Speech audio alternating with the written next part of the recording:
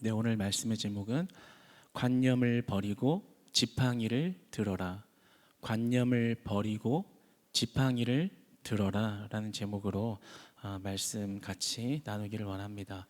오늘 함께 이 본문을 하나님 앞에 받을 때는 이 본문을 통해서 우리의 고정관념과 우리의 지식, 우리가 배워온 어떤 경험 그리고 생각들이 깨지는 시간이 되기를 소망합니다. 그 깨져나가는 것이 은혜의 시간이 되기를 원하는데요. 우리의 고집이, 우리의 생각이, 우리의 지식이 깨어져 나갈 때 그 깨진 자리에 하나님의 말씀이 자리 잡기를 원합니다.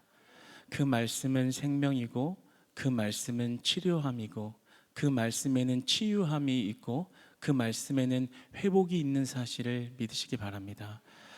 오늘 제목을 관념을 버리고 지팡이를 들어라 라는 제목으로 정하였습니다.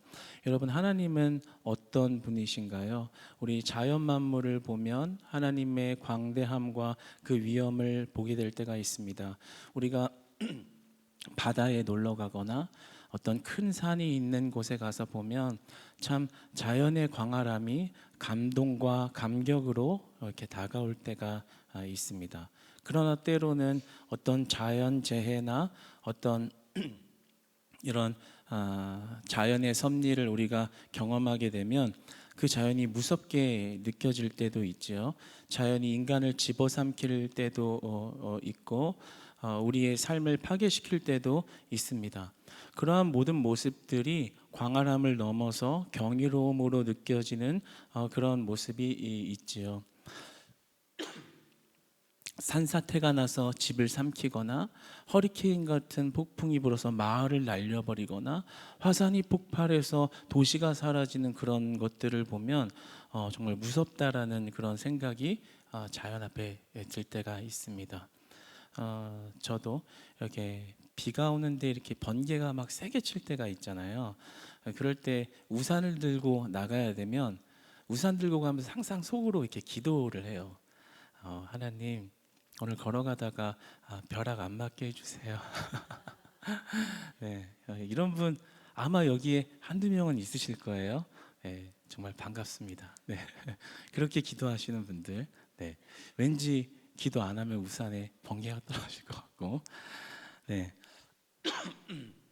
내가 막 힘이 세고 잘 나가는 사랑받고 뭐든지 다 할 수 있을 것 같아도 자연 만물의 크기와 광활함 앞에 내가 더 크고 세다라고 대드는 사람은 아무도 없을 겁니다. 큰 자연 앞에서 한없이 작아지는 작을 수밖에 없는 존재가 인간이라는 것을 우리는 경험하면서 살지요. 그래서 우리는 대자연의 섭리를 보고 경험할 때 그 대자연을 통해서 하나님의 존재와 하나님의 위엄을 느낄 수 있어야 합니다. 우리는 그 대자연의 모습 속에서 그 위에 계신 하나님의 광활함과 하나님의 위엄을 보고 느낄 수 있어야 합니다. 히브리어로 바라라는 말이 있습니다. 이 바라라는 말은 무에서 유를 창조하다라는 뜻을 가지고 있습니다. 그런데 이 바라라는 말이 성경에 기록될 때는 늘 그 주어가 하나님으로만 사용되었습니다. 그러니까 이 모든 만물은 무에서 유로 창조되어진 것이며 그것을 창조하신 이는 오직 하나님 한 분이라는 것을 성경은 우리에게 말씀하고 있는 것입니다. 그러니까 그 대자연, 정말 큰 자연 앞에 한없이 작아질 때 그보다 더 크신 하나님을 볼 수 있는 것은 바로 믿음이요, 은혜요, 창조의 하나님을 따라가는 자들이 볼 수 있는 믿음의 시선인 줄 믿습니다. 그러므로 하나님께서 세상을 창조하셨고 하나님께서 인간을 지으셨습니다. 그로 자연 만물을 주관하시는 이도 하나님이시고 그 생명, 인간의 생명을 주관하시는 것도 하나님 한 분이신 겁니다. 신이 내 마음에 노크할 때라는 책을 정우현 교수가 집필했는데요. 그 책의 일부 내용을 보면 이런 창조의 하나님에 관하여 이렇게 얘기를 합니다. 어떤 사람들은 신은 인간이 창조해낸 환상일 뿐이다 라고 말한다. 네, 저기 방송실 기왕이면 그 책 겉표지 한번 좀 띄워줄 수 있겠어요? 네. 어떤 사람들은 신은 인간이 창조해낸 환상일 뿐이다 라고 말한다. 그런데 그러한 말은 그리스 신화에 나오는 신들을 말한다면 맞는 말이다. 왜냐하면 모든 그리스 신화의 신들은 인간이 상상해서 만들어낸 신이기 때문이다. 그러나 진짜 신은 인간이 만든 신이 아니라 인간을 만든 신이다. 진짜 신은 인간을 만든 신이다 라고 기록하고 있습니다. 그러면서 덧붙여서 그러므로 신은 슈퍼맨보다 더 초인간적이고 초자연적이어야 한다. 신은 어제도 있어야 하고 오늘도 있어야 하고 내일도 동시에 존재해야 하며 한국에도 있어야 하지만 동시에 미국에도 있어야 한다.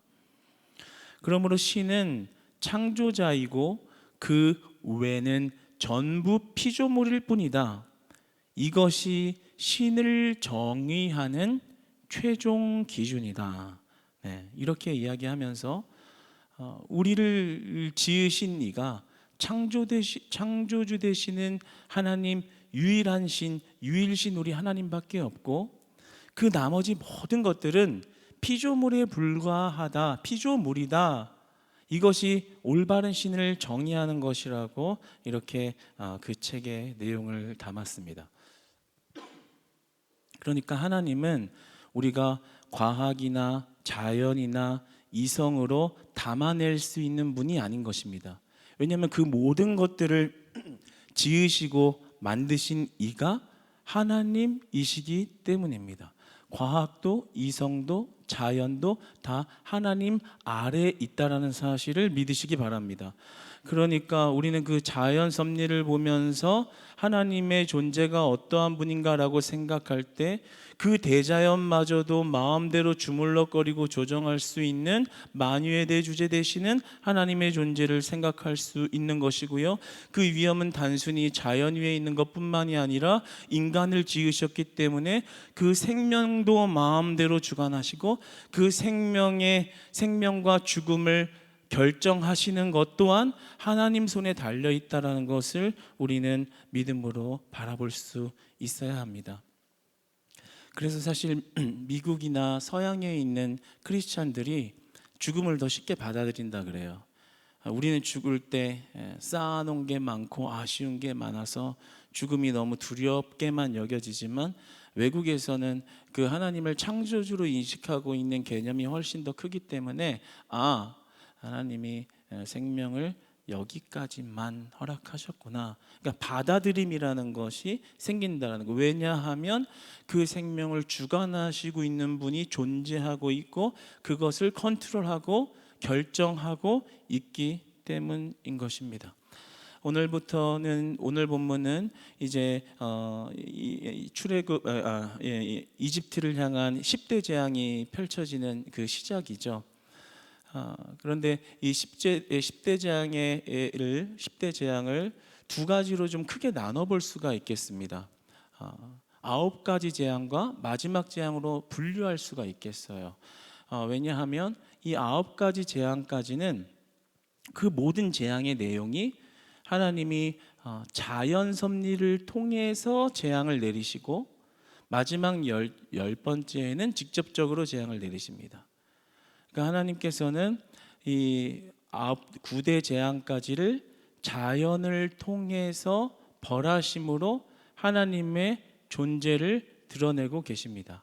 우리가 생각해 보면 그렇다면 어차피 그 심판을 내리실 거면 우리 위에 여기 죄송합니다. 여기 에어컨을 좀 켜줄 수 있으면 저는 괜찮은데 좀 부채질 하시는 분들이 좀 많은 것 같아서 에어컨 좀 부탁드리겠습니다. 왜 그냥 한 번에 자연재앙을 내려서 그냥 다 때려 부수고 와 하나님이 최고다라고 드러내면 되지 왜 굳이 9번이나 자연재앙을 내리면서 점진적으로 심판을 내리실까라는 것은 여태까지 지금 우리가 이야기한 것처럼 자연재앙이 한 번 한 번 내려질 때마다 하나님이 어떤 존재이신가를 드러내기 위함인 것입니다. 자연을 통해서 재앙이 한 번, 두 번, 세 번 내려질 때마다 아 하나님의 존재가 이렇게 크신 분이구나. 아 맞아 이렇게 크신 분이구나. 아 이렇게 크신 분이구나. 점점 더 하나님의 존재가 어떠한 분인지 왜 하나님만이 유일한 신인지를 그 재앙을 통해서 온전히 드러내시어 온 천하에 하나님 한 분만이 예배의 대상이시고 하나님 한 분만이 우리 생명의 주관이시고 하나님 한 분만이 우리가 믿어야 할 진짜 신이다 라는 것을 드러내기 위해서 분명히 알게 하기 위해서 9번이라는 시간 동안 자연재해의 이런 재앙을 통해서 하나님이 어떤 분이신가를 온 천하에 드러내고 있는 거죠. 이건 구원사적 관점에서 우리에게도 동일하게 적용되는 것입니다. 하나님은 왜 사탄을 한 번에 심판하지 않는가? 마치 9번이라는 재앙을 더디게 경험하면서 심판하게 하는 것처럼 점진적으로 왜 한 번에 사탄을 다 심판하고 세상을 끝내지 않는가라고 한다면 이와 똑같은 구원 원리가 적용되는 건데요. 그것은 하나님이 점진적으로 우리에게 심판하시고 점진적으로 하나님의 모습을 드러내면서 온 천하에 아직 돌아와야 할 백성들, 돌아와야 할 주의 자녀들이 하나님의 존재를 알고 깨달아 돌아오게 하려는 그런 하나님의 마음이 있는 것입니다. 그래서 저는 이 10대 재앙을 우리가 한 주 한 주 풀어가면서 기적이 참 대단하다. 맞아. 이렇게 그런 권능을 받아야겠다. 이런 점보다는 이 재앙을 통해서 하나님이 살아계시지. 맞아. 이렇게 재앙을 천지를 마음대로 하시는 분이 하나님이시지. 맞아. 하나님 한 분이 우리의 유일한 신이시고 하나님 한 분이 우리 예배의 대상이시지. 그 하나님이 어떠한 분이신가를 더 밝히 깨닫고 알 수 있는 그런 은혜의 시간이 되기를 주님 안에서 소망합니다. 오늘은 이제 첫 번째 재앙으로 피재앙이 시작되죠. 지난 시간에는 권면은 했어요. 그런데 그 권면을 안 듣자 이제 본격적인 재앙이 시작됩니다. 피재앙입니다. 그래서 나일 강가를 피의 강으로 만들어 버린 거죠. 한번 상상해 보세요. 잠시만이라도 나일 강물을 다 피의 강물로 만들어 버린 그 모습을 한번 상상해 보십시오. 얼마나 대단한 기적의 재앙인가요? 자연의 섭리를 마음대로 주무르시는 하나님의 위엄과 그 권능을 볼 수 있습니다. 하나님의 존재가 어떠한 것인지를 볼 수 있는 것이죠. 그러니까 이 기적은 단순히 기적의 권능만이 아니라 하나님의 존재가 이렇게 대단하신 거구나라는 것을 볼 수 있게 하는 그러한 재앙의 시작인 것입니다. 하나님만이 유일한 신, 유일신 여호와여 우리가 오직 믿어야 하는 한 분 예수 그리스도인 줄 믿습니다. 그러니까 이것은 이런 기적의 권능은 이 기적의 권능만을 보여주려고 하는 게 아니라 그 이상의 의미를 가지고서 이런 기적을 보이신 것입니다. 왜냐하면 나일강을 피로 만들었다는 사실 때문입니다. 나일강에는 이집트의 신들과 관련이 있습니다. 왜냐하면 그 이집트에서는 하피라고 하여 이 하피라는 말의 속뜻은 나일강의 영이라는 뜻을 가진 신입니다. 그들이 만든 신. 그래서 강이 범람했을 때 나일강가가 범람하여 이렇게 물이 찼을 때 이 신에게 이집트는 제물을 갖다가 바쳤습니다. 범람하지 않게 해주세요. 물이 잘 흐르도록 해주세요. 이렇게 제물을 바쳤다라는 말이죠. 그래서 그런 홍수가 이렇게 덮치면 지금 피가 나타났다라는 생각을 했어요. 그러니까 나일강에는 그들이 만들어 놓은 우상신 하나가 존재했고 또 다른 우상신 하나가 같이 있었는데 그 이름은 크눔이라는 신입니다. 크눔. 이 쿠눔이라는 신은 나일강의 수호신이라는 의미를 가지고 있습니다. 나일강을 수호하는 신. 한번 사진을 통해서 저게 크눔이에요. 크눔. 네. 네, 크눔. 저런 형상으로 이렇게 나일강의 신이다라고 이렇게 만들어 놓고 벌써 벌써 대가리부터가 굉장히 흉물스럽잖아요. 그렇죠? 그래서 이제 양의 얼굴을 이렇게 탈을 씌워 놓고 자기들이 그 나일강을 지켜주는 수호신으로서 섬기는 그런 신을 만들어 놨다라는 거죠. 그러니까 여러분 한번 생각해 보십시오. 지금 모세와 아론을 통하여 나일강을 의도적으로 피의 강물로 만드신 이유가 뭐겠어요? 그들이 만들어 놓은 신이, 그들이 만들어 놓은 신 때문에 그 강이 생명의 강이라고 생각하며 살고 있던 그들의 종교, 그것을 허물어뜨리기 위한 의도적인 기적과 재앙을 주신 거예요. 그러니까 지금 너희들의 신이 할 수 있는 일은 없다. 니네들이 만들어 놓은 크놈이라는 신이 할 수 있는 건 없다. 이 강을 주관하고 만드는 진짜 생명이 있는 신은 나 여호와 하나님이다 라는 것을 드러낸 것입니다. 그러니까 단순한 기적 사건 권능, 와 하나님이 기적이 역시 있으셔 라는 걸 보여주는 게 아니라 진짜 신은, 만물의 진짜 신은 모든 자연과 생명을 주관하고 있는 크놈이 아니라 오직 유일신 여호와 하나님이다 라는 것을 그 재앙을 통해서 하나님의 존재, 하나님의 위엄, 하나님의 광대함을 드러내시고 계신 것이죠. 여러분, 하나님만이 유일신인 줄 믿습니다. 우리가 믿어야 할 분, 우리가 따라야 할 분, 우리의 생명을 주관하고 계신 분, 우리의 삶의 작은 모습도 다 보고 계시고 그 삶을 지키고 계신 분, 때로는 넘어졌어도 다시 일어나서 그 길을 걷게 하시며 여러분들을 온전한 구원의 길 걷게 하시는 분은 우리 유일신 여호와 하나님 한 분밖에 없는 것입니다. 그런데 오늘 본문을 이렇게 읽어가다 보면 이제 의구점이 하나 드는 부분이 하나 생기죠. 그것은 바로 22절입니다. 한번 같이 한번 읽어보겠습니다. 22절의 말씀 읽겠습니다. 시작. 애굽 요술사들도 자기들의 요술로 그와 같이 행함으로 바로의 마음이 완악하여 그들의 말을 듣지 아니하니 여호와의 말씀과 같더라. 이분이 조금 의아하게 들리는 부분이죠. 하나님이 권능을 분명히 행하셨는데 바로가 자기의 신하되는 요술사들을 데리고 온 거예요. 기적을 베풀었구나. 우리 요술사들도 그거 할 수 있어. 데리고 온 거예요. 그랬는데 진짜로 요술사들도 그와 같이 행함으로 이렇게 나오죠. 22절에 그와 같이 행함으로.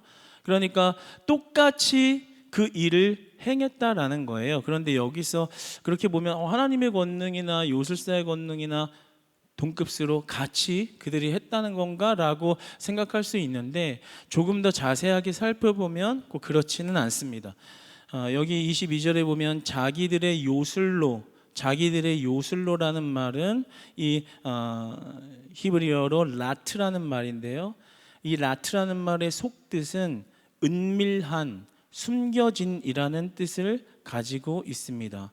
이 라트라는 말은 루트의 능동태 분사형입니다.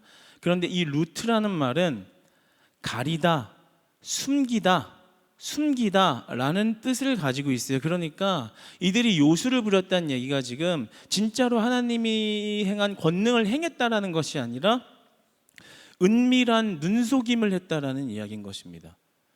은밀한 눈속임을 했다라는 거예요. 그래서 대부분의 영어 성경의 번역은 이것을 마술사로 번역을 합니다. 마술을 했다라는 거예요. 그러한 근거가 되는 또 중요한 단서가 되는 것은 아론과 모세를 통해서 이미 물이 피로 변했죠. 변한 후에 그 요술사들이 눈속임을 했다라는 것입니다. 그러니까 원래 있던 물을 피로 만든 게 아니라 이미 피로 변한 물 가운데 은밀한 눈속임을 통해서 바로의 눈을 가리어냈다라는 거죠. 만약에 그 요술사들의 능력이 모세와 아론보다 더 뛰어났다라면 24절에 가면 그들이 하숫물을 마실 수 없는 상태, 피바다가 피강물이 됐으니까, 핏물이 됐으니까 물을 못 마셔서 곤욕스러워할 때 그들이 그 핏물을 다시 원래의 물로 바꿔놨어야겠죠. 그런데 그런 능력을 행하지 못했다라는 것입니다. 그러니까 우리 하나님께서는 우리의 과학과 이성과 자연을 넘어서 일하시는 유일한 권능을 가진 하나님이라는 것입니다. 여러분, 하나님은 어떠한 분이신가요? 17절의 말씀을 한번 같이 읽어보겠습니다. 시작. 여호와가 이같이 이르노니 내가 이로 말미암아 나를 여호와인 줄 알리라. 볼지어다 내가 내 손의 지팡이로 나일강을 치면 그것이 피로 변하고. 여기서 우리가 하나님의 일하심을 보아야 하는데요. 하나님이 이제 정말 자연 위에 계신 만유의 대주제시요 생명을 주관하시는 분인데, 그분이 우리에게 또 일하실 때는 어떤 방법으로 일하시는가? 나에게 찾아온 하나님, 오늘 나에게 찾아와 말씀하시는 하나님은 어떻게 일하시는 분인가라고 한다면 오늘 17절과 같이 일하시는 하나님이라는 거죠. 어떤 하나님이에요? 지팡이를 들고 나일 강가에 가서 그 하숫물을 쳐서 그것을 피로 변하게 하라. 지팡이를 사용하래요. 가만 생각해 보세요.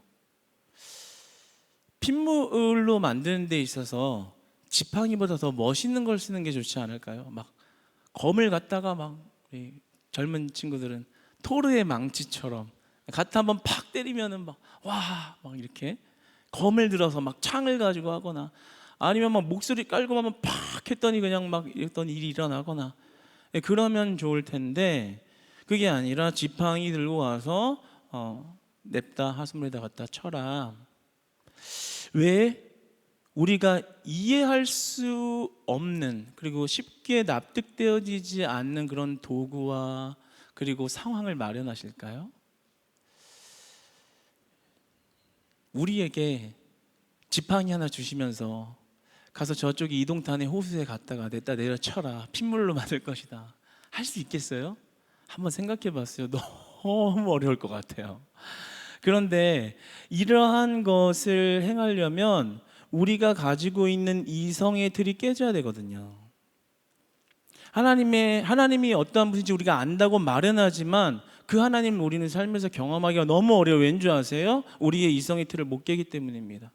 하나님은 지팡이를 들고 나가라.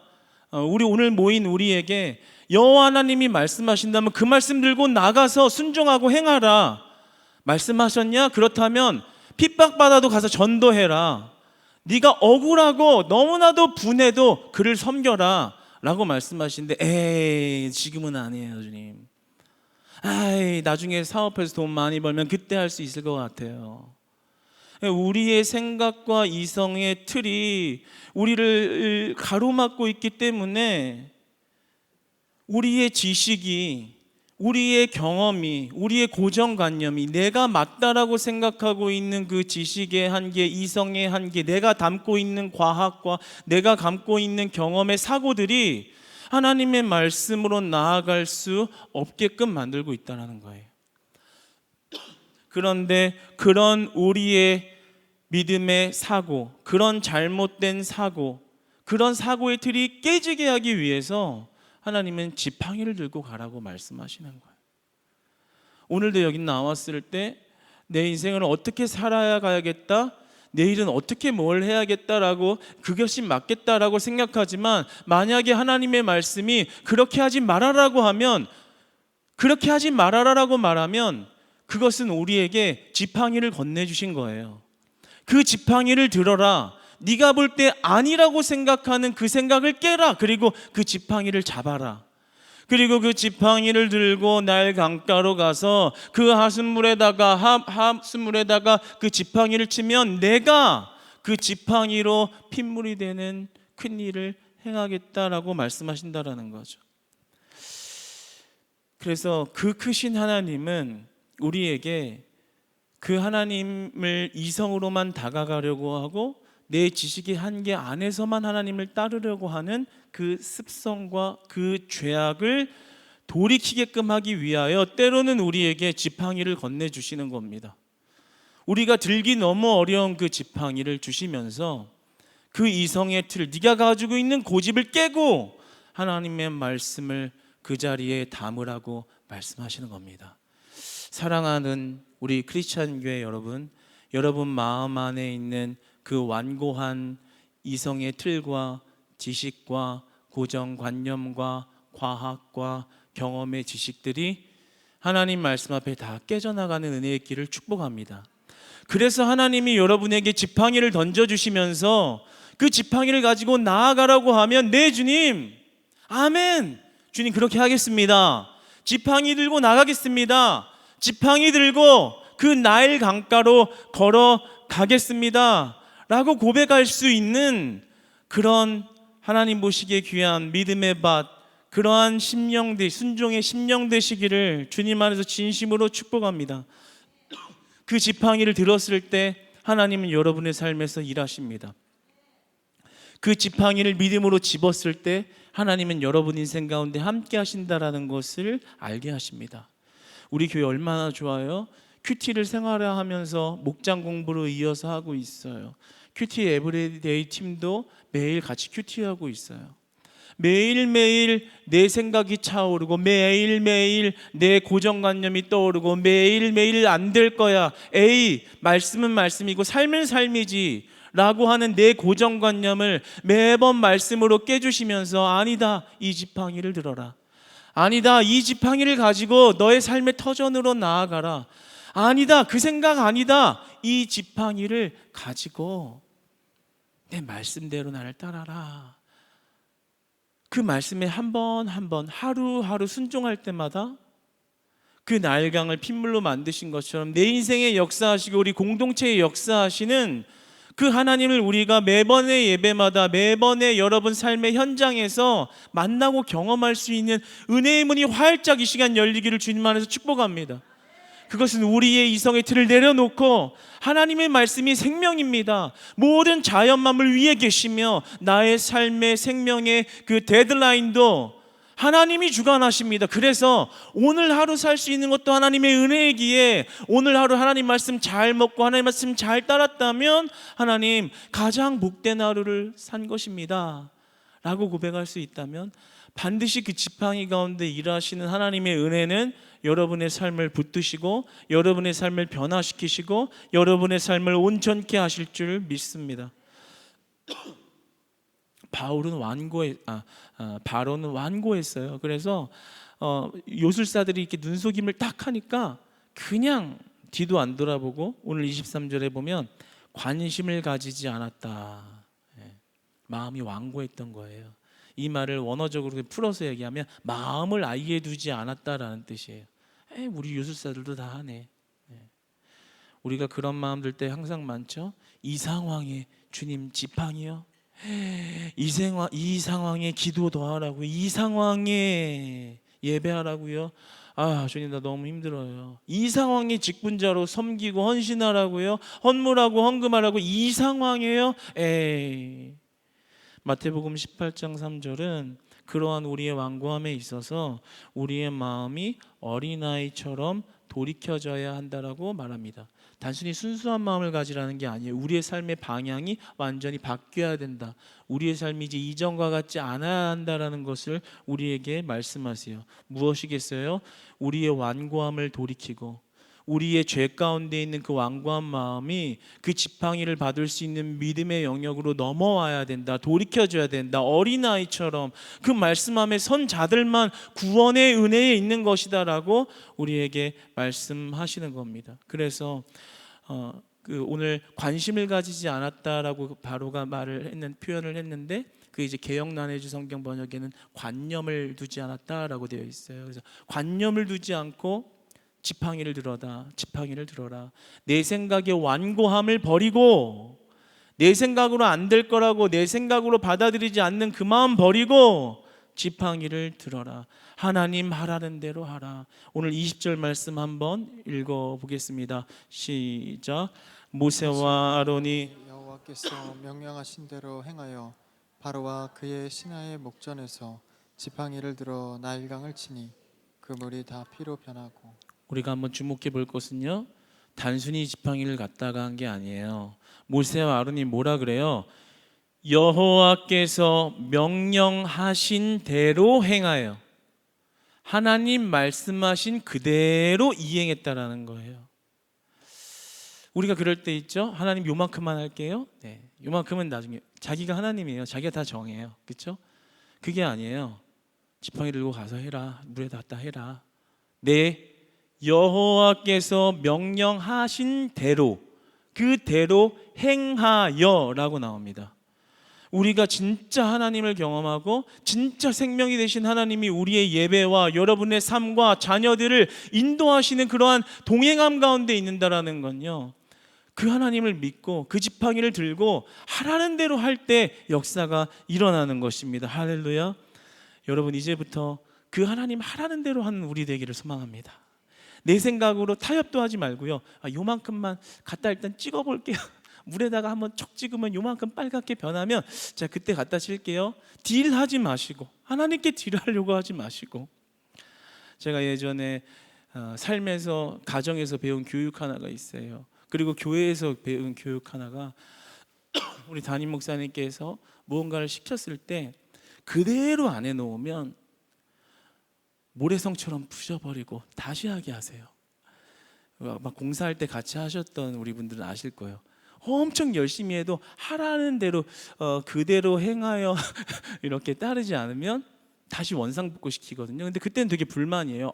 그래도 열심히 했는데, 그래도 이렇게 수고한 거를 좀 인정해 주시고 조금만 뿌시고 다시 이렇게 좀 이렇게 대충 메꾸면 안 되나? 근데 그때는 이해가 안 되고 불만이 생기지만 다시 뿌시고 다시 시작하다 보면 나중에 이래서 다시 뿌시게 하셨구나를 깨닫게 할 때가 있다라는 거죠. 여러분, 하나님이 명령하시는 것을 우리는 우리의 삶대로 희석시키고 적당히 타협시키고 요만큼 순종하면 그래도 했다, 이런 고정관념의 틀이 하나님이 일하실 수 없는 삶으로 자꾸만 나아가게 된다는 거예요. 사랑하는 여러분, 하나님이 매일매일 그리고 매번의 예배 때마다 여러분의 심령의 양심과 성령의 조명으로 말미암아 밝히 드러내시어 깨닫게 하시고 선포하시고 찔리게 하시고 그리고 번뜩이게 알게 하신 말씀이 여러분의 귀에 마음에 박혔다면, 오늘 모세와 아론의 순종처럼 모세와 아론이 여호와께서 명령하신 대로 행하여 바로와 그의 신하의 목전으로 가서 지팡이를 들어 나일강을 치니 그 물이 다 피로 변하였더라. 하나님 말씀하신 대로 우리가 행할 때 우리를 결코 가만두지 아니하시고, 하나님이 얼마나 위대하신 위엄 있으신 분인지, 어떻게 자연 만물 위에 계신 분이고 어떻게 생명을 주관하시는 분인지를 알게 하시어 이제는 내 방법으로 살아가는 멸망의 자리가 아니라 하나님의 방법대로 살아가는 구원의 자리로 나아가는 은혜의 백성들, 출애굽된 이스라엘과 같은 은혜의 크리스찬 교회 수요예배 공동체 여러분과 가정 다 되시기를 주님 안에서 축복합니다.